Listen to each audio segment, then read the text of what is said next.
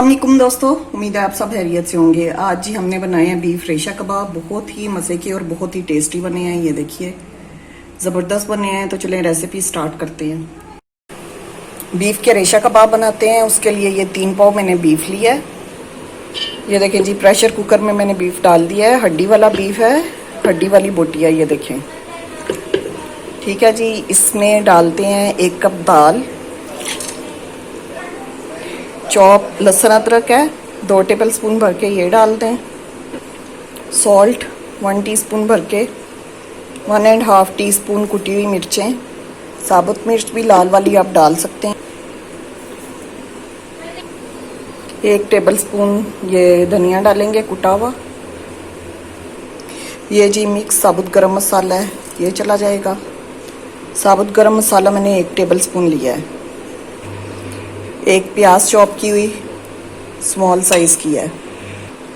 2 cup पानी,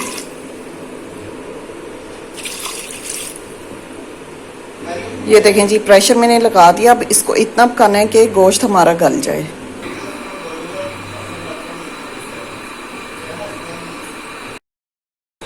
ये देखें जी फ्रेंड्स, माशाल्लाह से गोश्त गल गया। अब गोश्त अलग कर लेंगे और दाल को अलग से कर लेते हैं।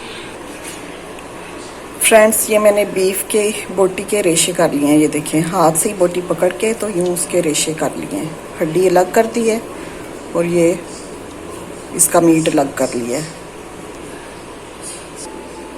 ये दाल है जी, इसको मैंने चॉपर में डाल के चॉप कर लिया था। ये भी डाल देते हैं, अच्छे से मिक्स कर लें। मसाला बहुत अच्छे से मिक्स हो गया। अब इसमें धनिया, पुदीना और हरी मिर्च काट के डालते हैं। ये जी हरा धनिया, पुदीना और हरी मिर्चें हैं, चॉप कर ली हैं मैंने और अच्छे से धो लिया इनको।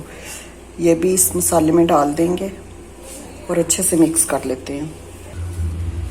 मसाला मिक्स हो गया। अब इसके हाथ से ऐसे कबाब बना लेते हैं।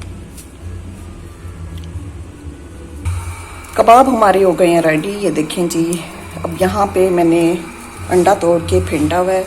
इसमें कबाब को डिप करेंगे और बस फ्राई कर लेंगे।